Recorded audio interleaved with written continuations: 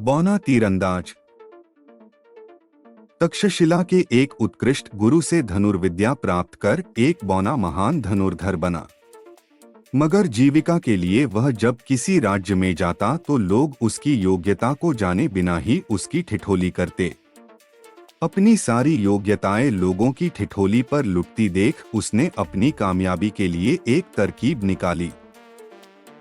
घूमता हुआ उसने भीमसेन नाम के एक हृष्ट-पुष्ट जुलाहे को ढूंढ निकाला और उसके सामने अपने युद्ध कौशल दिखाया और उसे एक सेनानी बनाने का प्रस्ताव रखा।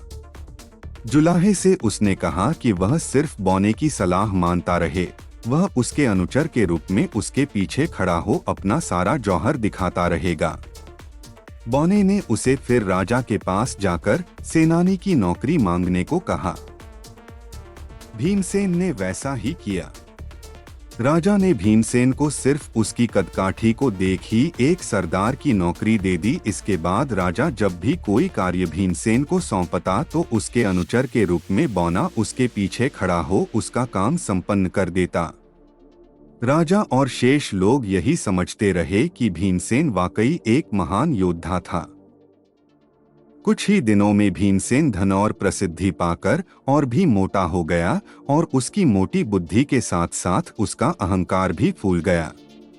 तब वह फिर बौने को मित्रवत न देख एक नौकर की तरह उसके साथ व्यवहार करने लगा। बौने को भीमसेन की वृत्ति अपमानजनक लगी और उसने मन ही मन यह ठान लिया कि वह भीमसेन को उसकी अभद्रता और कृतघ्नता का फल किसी दिन जरूर चखाएगा। संयोगवश तभी पड़ोसी देश के एक राजा ने भीमसेन के राज्य पर चढ़ाई की। राजा ने भीमसेन को सेना का नेतृत्व सौंपा।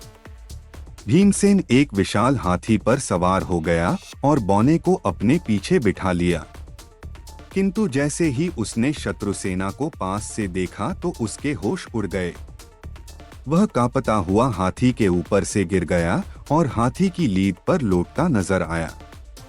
शत्रु सेना आगे पहुंच चुकी थी।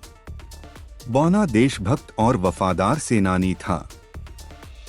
उसने तत्काल ही फौज की कमान अपने हाथों में संभाली और सिंहनाद करता हुआ शत्रु सेना पर टूट पड़ा। उसके कुशल नेतृत्व में शत्रु सेना को मुंह की खानी पड़ी और वे रणभूमि छोड़ भाग खड़े हुए। राजा ने जब बौने के युद्ध कौशल को सुना तो उसने तत्काल ही उसे अपना नया सेनापति नियुक्त किया।